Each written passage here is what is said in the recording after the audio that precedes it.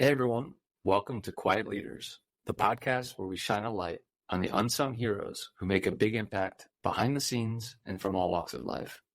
I'm your host, Patrick D. Peters. In today's episode, we're joined by Leo Svete, an elite basketball coach and trainer with a story that's as inspiring as it is powerful. From facing down obstacles in his youth, both personal and as an athlete, to championing underdog athletes on their journey to success. Leo embodies the spirit of perseverance and of leadership. So sit back and get ready to be inspired. Without further ado, here's my conversation with Leo Svete. I hope you enjoy the show. So tell us a little bit about, your story from, where you're from and how basketball sort of entered your life and became part of, what I'm now sitting across from, which is someone who loves basketball and wants to give back to it, particularly for athletes that are kind of coming up. Yeah, so I grew up in South Bend, Indiana, and my dad worked in higher education at the University of Notre Dame, so I was always around sports. My dad played basketball at Division III at the College of Worcester, so that paved the way for my sister and I, who ended up playing Division I basketball at Florida, who's 3 years older. So I was always around sports. I played 3 sports growing up, but basketball was my outlet because it was fast. I played baseball, but I was like, you know what? I don't know if this is fast enough. And I was a troublemaker in middle school. I was a troublemaker in elementary. My incident report was this big. I was told I wasn't going to graduate high school. I was told that, I'd probably be in juvenile justice. And so basketball is my outlet.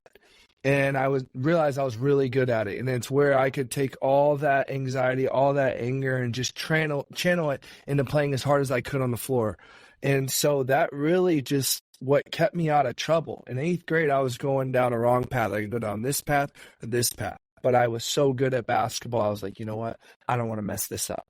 I want to play varsity as a freshman in high school, and that was my goal. So I shot for that, and I did everything I could to stay out of trouble doing that. And so that's kind of how it all started, and I made varsity as a freshman in Indiana. That's a very big deal at a 4A school. And then from then on, I went on and had a big freshman year. I hit 4 threes in one quarter, which really kind of started to get my name out there.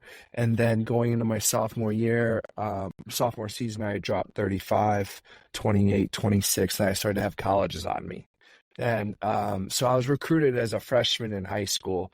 I was recruited in 8th grade by the University of Fordham from a camp at Phenom 150. Incredible. So I had on the radar. Yeah, I was on the radar pretty quick. I was a point guard, so I dribbled the ball more than I used to. I'd play with a lot of flash, and I could see the floor well and score at any level. And so, then that kind of just paved the way. And then I got into the recruiting process, and I picked up a few Division I offers as a sophomore, Drake, Bucknell, Bowling Green. And then that kind of just paved the way. And then I went on to play Division I basketball at Western Michigan and then University of IUPUI, but went through a lot of struggles along the way to get there. Amazing. Yeah, I can't wait to dig into your journey and double click on all of that. But before we do, I would love to learn more about the anger anxiety piece. Like, where do you think that came from, and how did you learn that? Like, were there people, for example, that were kind of coaching you then, whether in your family? I know you had a very athletic, very dynamic family in terms of athletics at a minimum, and certainly your dad sounds like a terrific person that has been involved in higher academics. And right. So like at what point and like what was the inspiration for being like, I gotta not go down the kind of the left turn, and instead I gotta stay on the straight and narrow? I was bullied from 3rd grade probably on to my senior year of high school, and I was always like the outcast. So people found ways to pick at me because I was different, right? I was loud spoken. I dressed different. If whatever's on my mind, I said it. So like basketball was my way to really prove myself. It was a way to really show all that work that I put in the driveway, all that work at 5 a.m., all that work going to the gym, that it was worth it, And I think that growing up, like, school wasn't easy for me. So my mom was very, very smart. She was in tech. She worked at St. Mary's, so the neighboring school of Notre Dame. So my mom would help me with school, but I was stubborn. I struggled. I learned differently.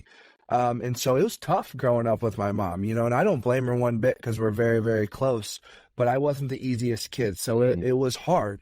And I think that with being bullied created a lot of anxiety. It created a lot of not self-confidence, a lot of uncertainty. And so basketball was my way to really go out there and prove myself. So it's interesting. I thank you for sharing that, because I think it's I never have. I appreciate you sharing that, because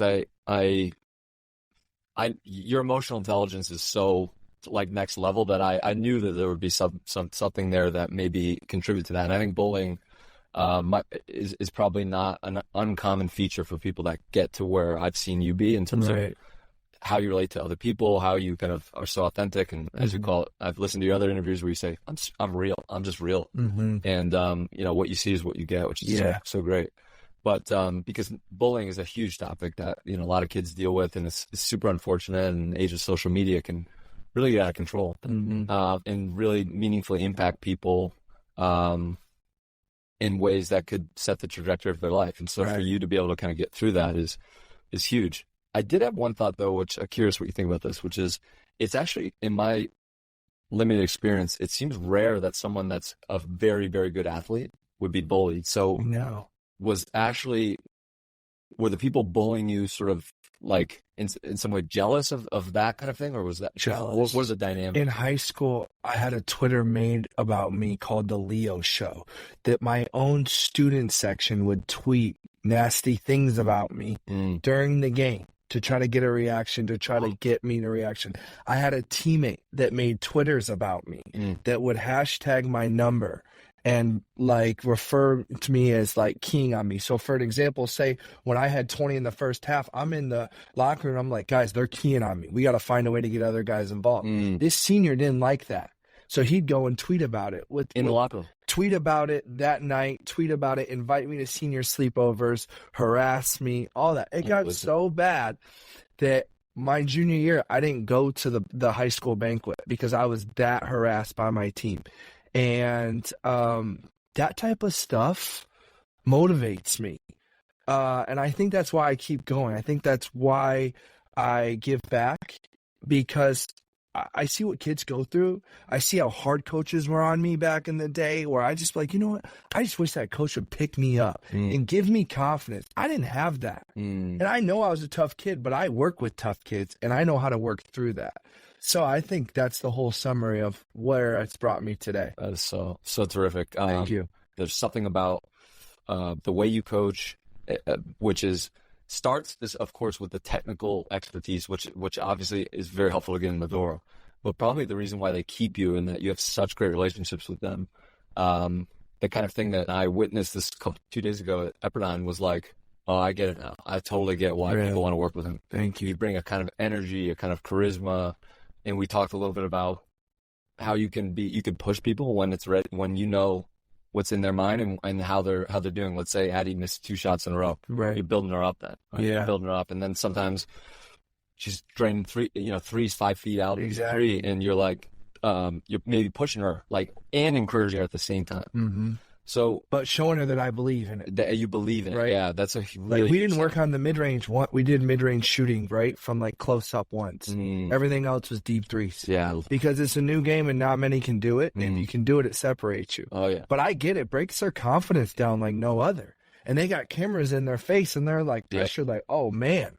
Yeah. But I build them back up and I'm like, look, if you trust the process this hour, you'll see what's going to happen.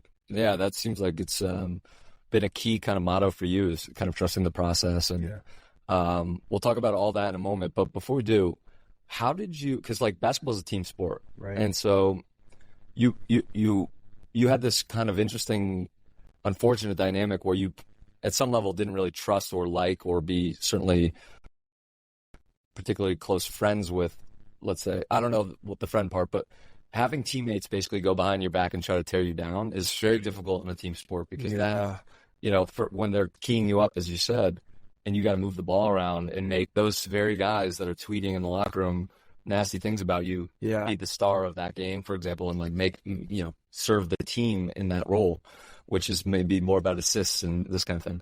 So like, how did you get through that? Like, what was the thinking there, and how did you evolve through that kind of dynamic? Man, I wanted to quit.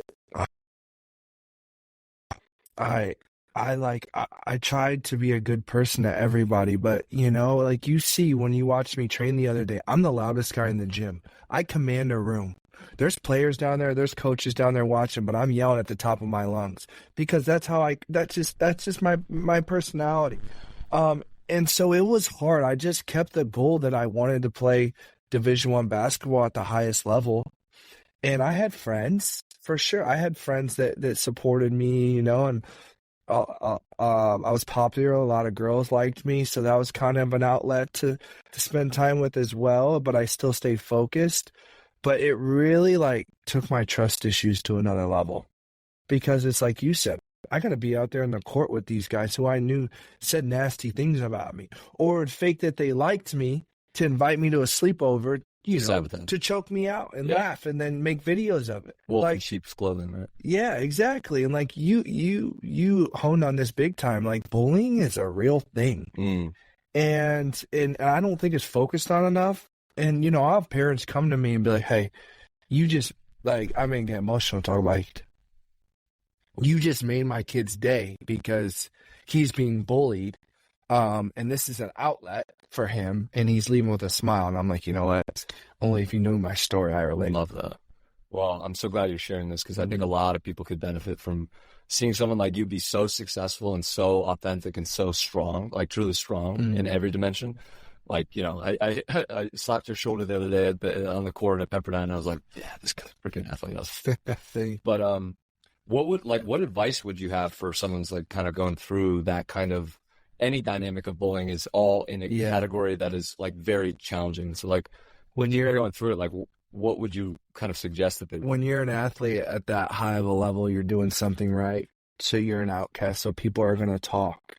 And so you just use that as motivation when you grind and wake up, because those hours that you're putting in, people don't see, but it's going to pay off. I'm up at 5 a.m. training. I train till 11. I don't stop. And what has that led to? That's led to me putting more hours in than most trainers, and therefore why I've climbed the ladder as fast as I have. So you have one sister. Yes. Give us a sense of the age gap, and then how the dynamic in the family worked as it relates to basketball and maybe other things. So I have a sister who is 3 years older than me.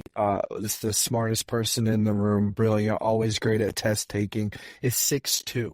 So before I hit my growth spurt in 8th grade, my dad thought, oh my gosh, my son is not going to be above 6'2". So she was the basketball star. That was her outlet. She did a little bit of playing the violin a little bit because she was kind of nerdy, She went through an awkward stage, but then and that's something she was insecure about, but then chose basketball and found a way to shine through that, and was able to go on to the University of Florida, study pre-med there, play in the SEC, have the 3-point record, shoot over 40% from the three. And then she realized she loved medicine and wanted to go into pre-med, and went to med school. And now she's a psychiatrist at a hospital in Kentucky. And her stories and her life is amazing to hear. And so we're very close now.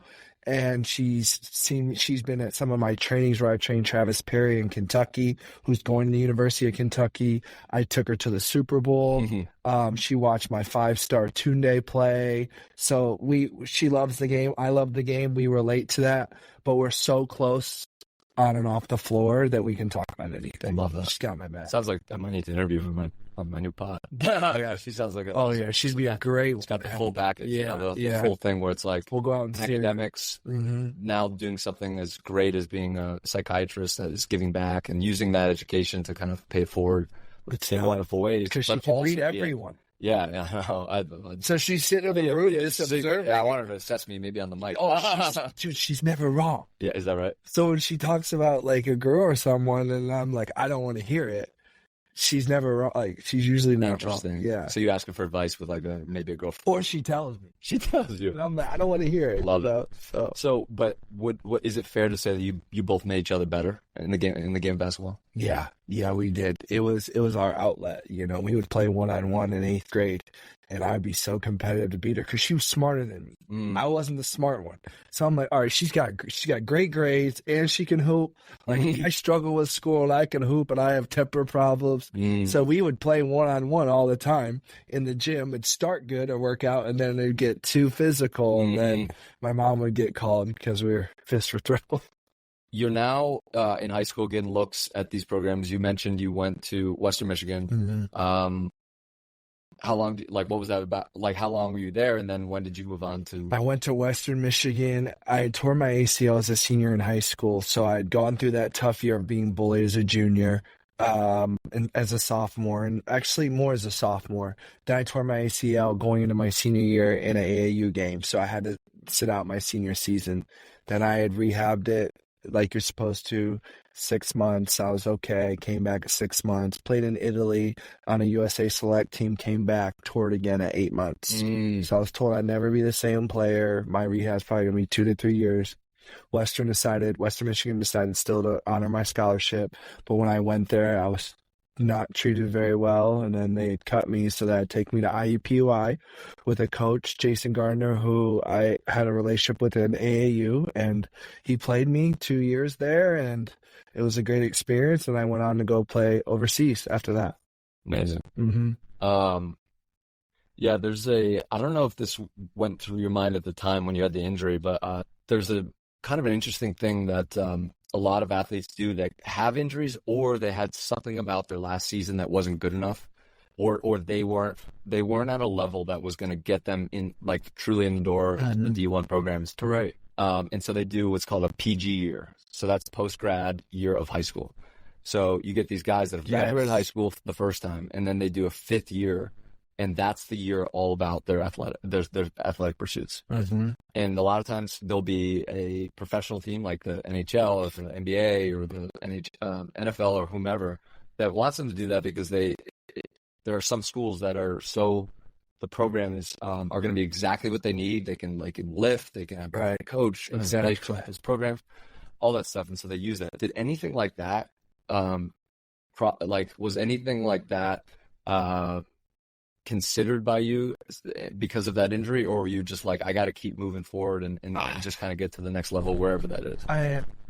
With Western Michigan, they were my first Division I offer as like a sophomore in high school, so they took a chance on me. So I was like, you know what? They were loyal for me through the beginning. So I think this is the school to go with. And I knew that I was going to be a big fish in a small pond and play right away. My goal was to play in the Big Ten. My goal was to play in the ACC. And I had letters from these schools. I visited Wake Forest twice. I visited Penn State twice, Wisconsin, but I was still the underdog, because I wasn't the most athletic. I wasn't 6'7". I couldn't dunk like all these athletic guys. I could score. So that was a huge deciding factor to go to Western Michigan to have a good experience and play. But I was hurt, so that kind of sidelined me, and really set me back. Well, I saw you dunk, and I can dunk too, but I was kidding. I'm in my prime. I think I could dunk. You're gonna probably could. Hey, let's play. So your dog's name again? Mila. Mila. When I saw your dog, Mila, I was like, that dog is you.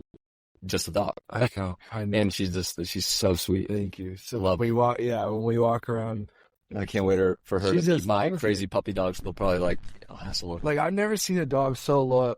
That's what I love about. So impossibly sweet. She's like a horse. Yeah, but there'll be a bunch of people around, and she'll just still want to be with me. If she's at the dog park, she'd rather hang out with me than lay down. Before we started rolling, you had to use the restroom, and she followed you in there. I know. Go lay down. Yeah. Good girl. That's awesome. Okay. Yeah. Lay down. She's okay. Okay.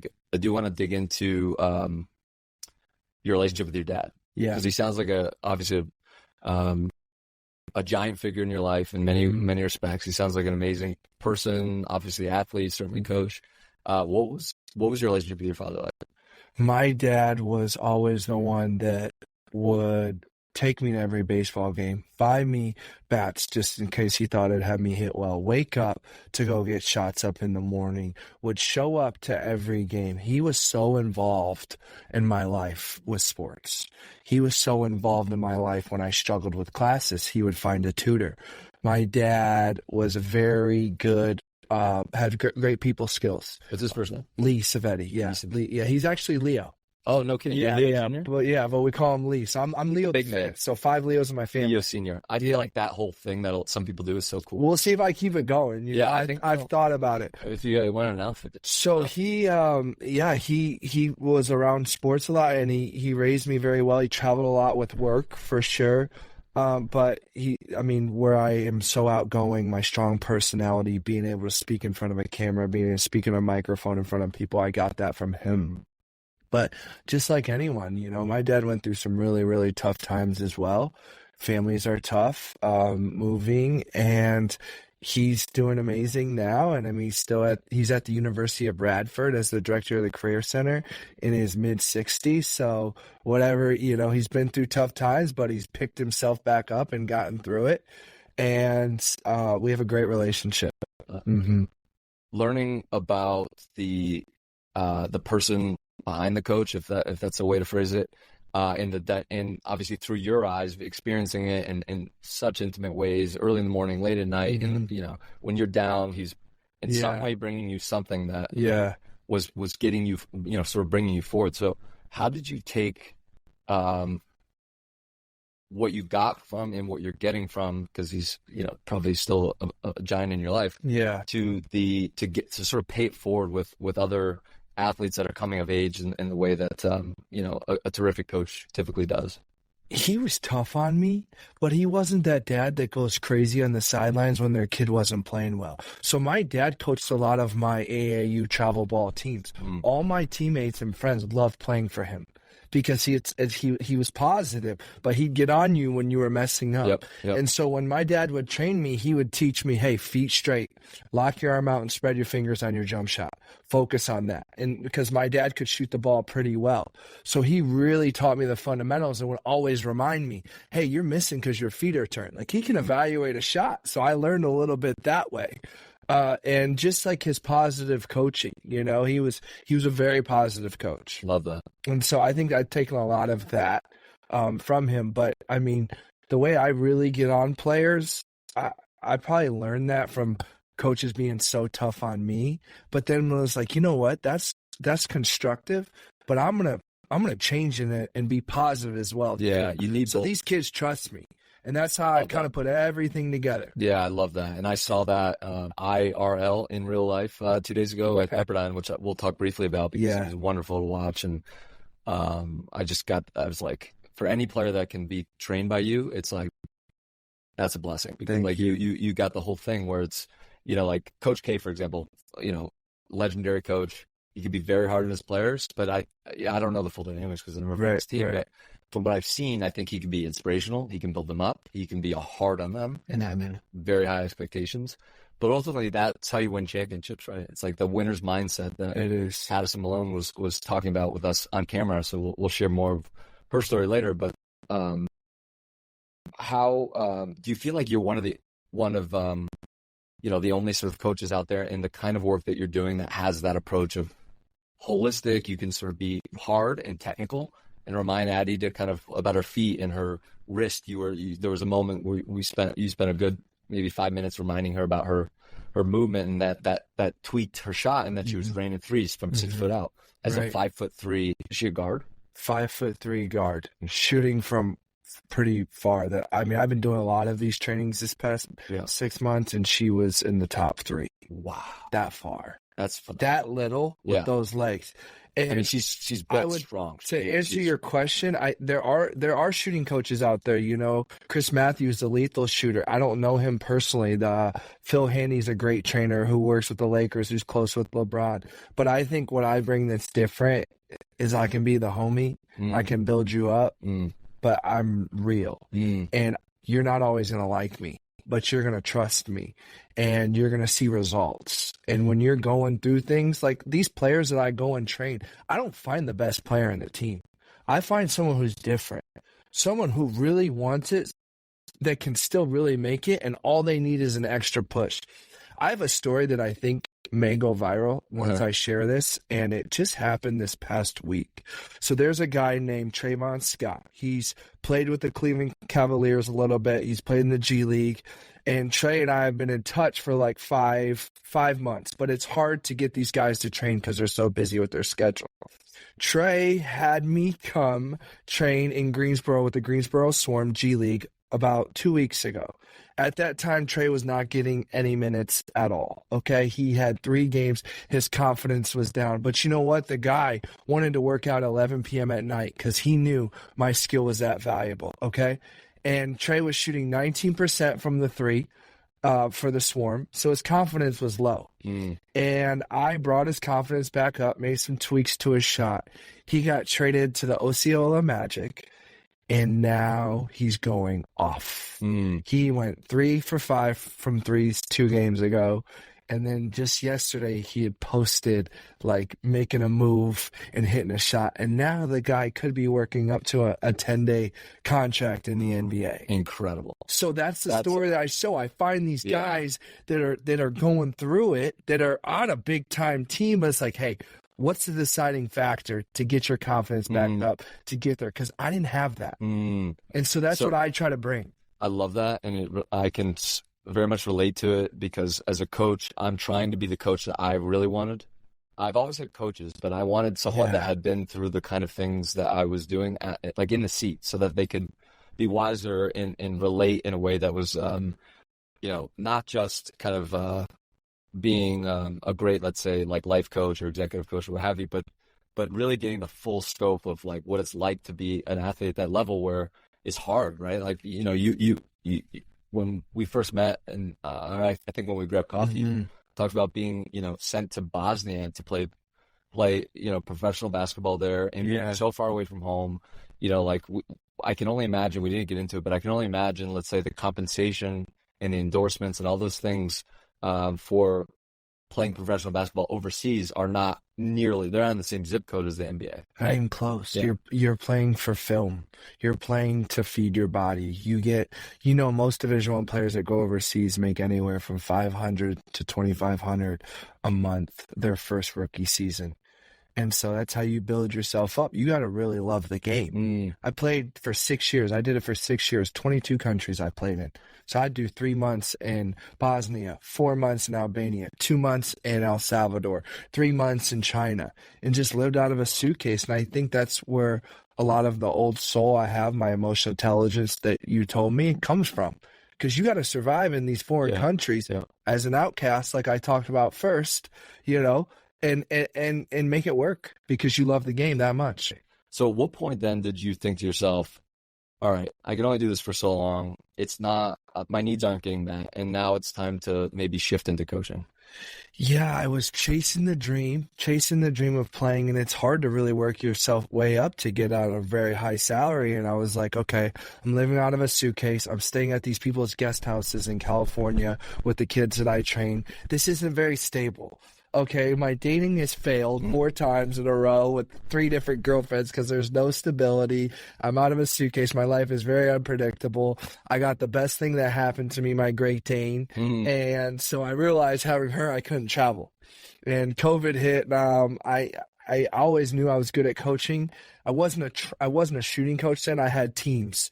So it was Team Svete. So I had AAU travel team. Oh, man. And I would train them on the side. Incredible. But I realized I was a better trainer than a coach, in a sense, a team coach. Maybe you can define that for us, because I actually was curious about that. Yeah, I would say one-on-one coaching is more psychology. It's more therapeutic.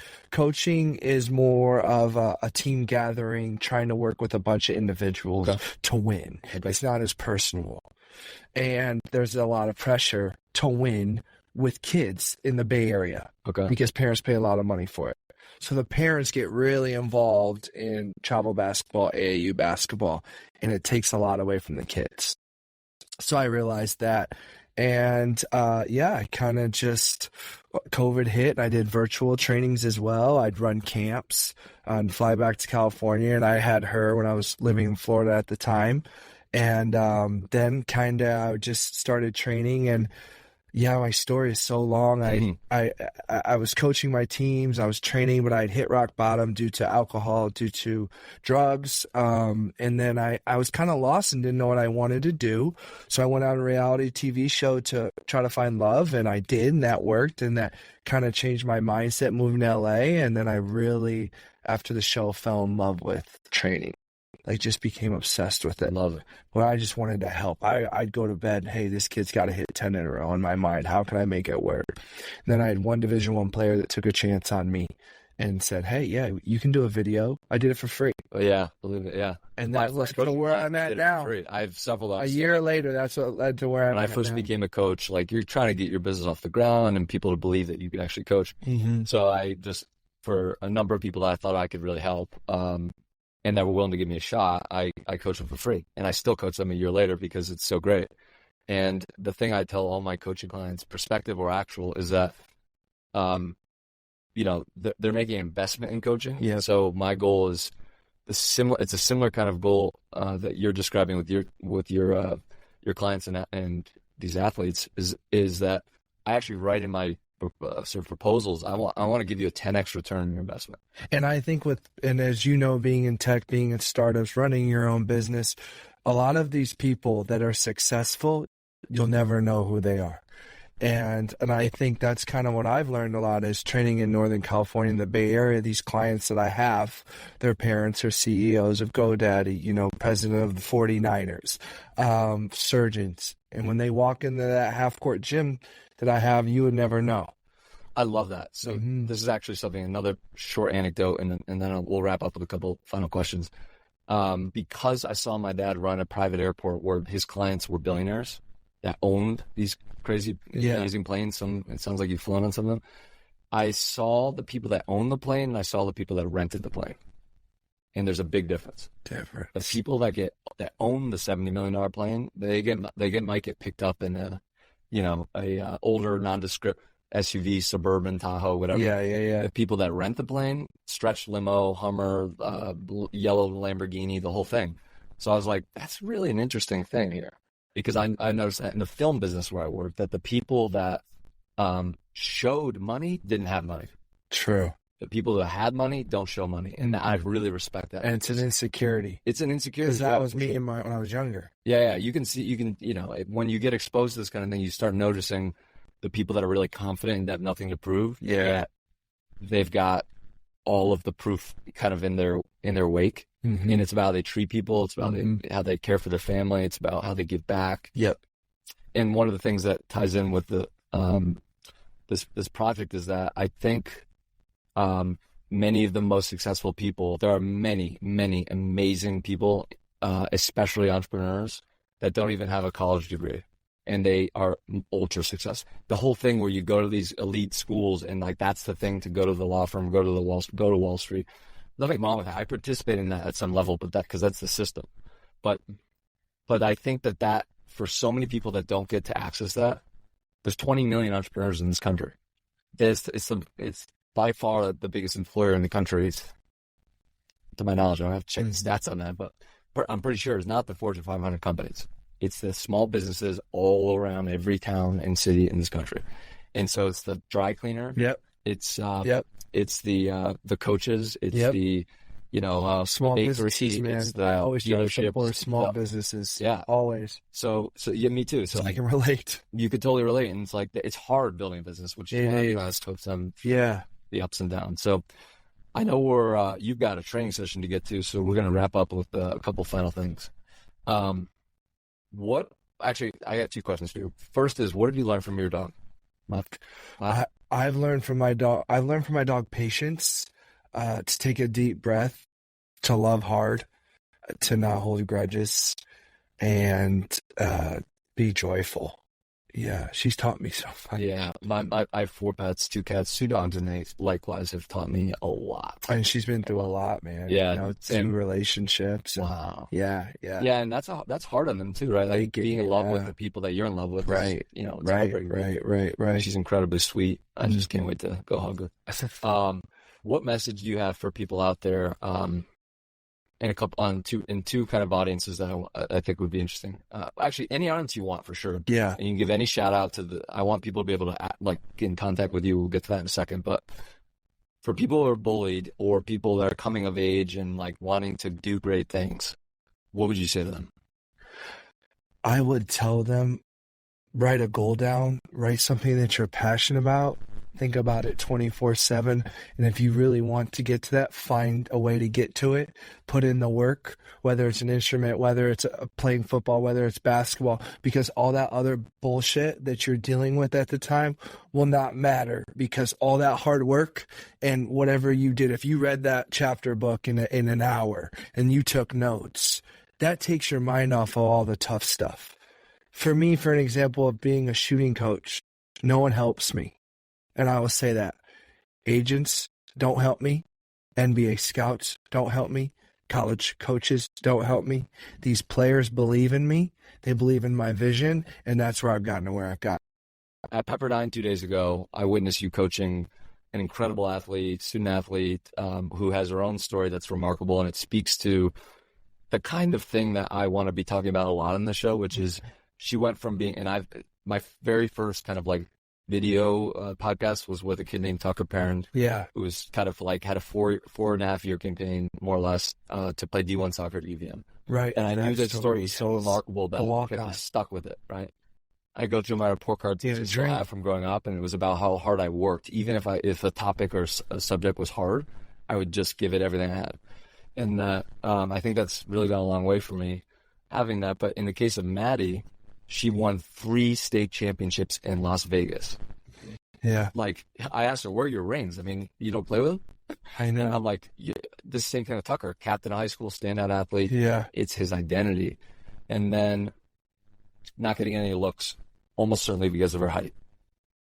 Because, being under 5 foot, I think she said 6 or 7 as a female D1 basketball player is rare. It's almost and impossible. So she ends up going to community college. Yeah. For a year, and now has transferred. She's performed great, focused on her studies and other things, and was able to get into a world-class school like Pepperdine in Malibu, where she now has a shot to be the star. And she's going to be the star, which is quite the dream. Yeah, definitely. She just needs someone to believe in her and confidence. I think that's what's so cool. She didn't know I was the underdog.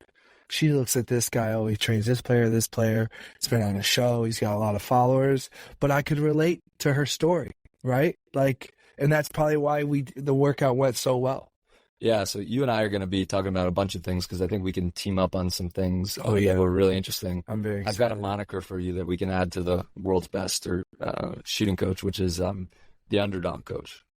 Because I'm that too in some way. I love coaching the people. I don't want necessarily like the venture-back founder that's got a big ego. Right. I want the person that just is going to work and commit and have that relationship with me as a coach. That means they trust, and that they also do the work, and that they have that good, good attitude, and are grateful for the whole thing, the whole journey. Because that's a great way. There's no ceiling for someone like Addie. Right. On the court and off the court. Mm-hmm. Neither is this Tucker. Yeah. Tucker's story is so good. I wrote the best recommendation I've ever written to anyone for him because of that. And I think what you do is the same thing I do, is you interview these people before you invest your time. Yeah, since you have it. Yeah, exactly. Yeah, I don't sell coaching anymore. I attract the client I want, and then we have a conversation that means that, okay, is this gonna be the kind of person I want to work with, that I can really help. But you're great at reading people too. So am I. You can, yeah. So Leo, this has been a ton of fun. Thank you so much for sitting down with us. I know you got to go dunk on, any number of... Yeah, I got to go watch Tunde. Tunde is a guy from Benin, Africa, trying to make it to the NBA to get his mom out of there. And so he's ranked 8th in the country. He's going to be a McDonald's All-American. Wow. And this guy's like a little brother to me. So this is so great. I cannot wait to continue following your story, deepen yet further our friendship. I feel like I've known you for decades already. But more coffee dates.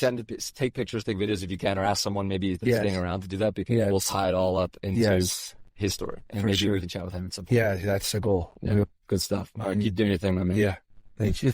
Thank you for having me. That was unbelievable. I felt amazing to share my story and hear about yours as well.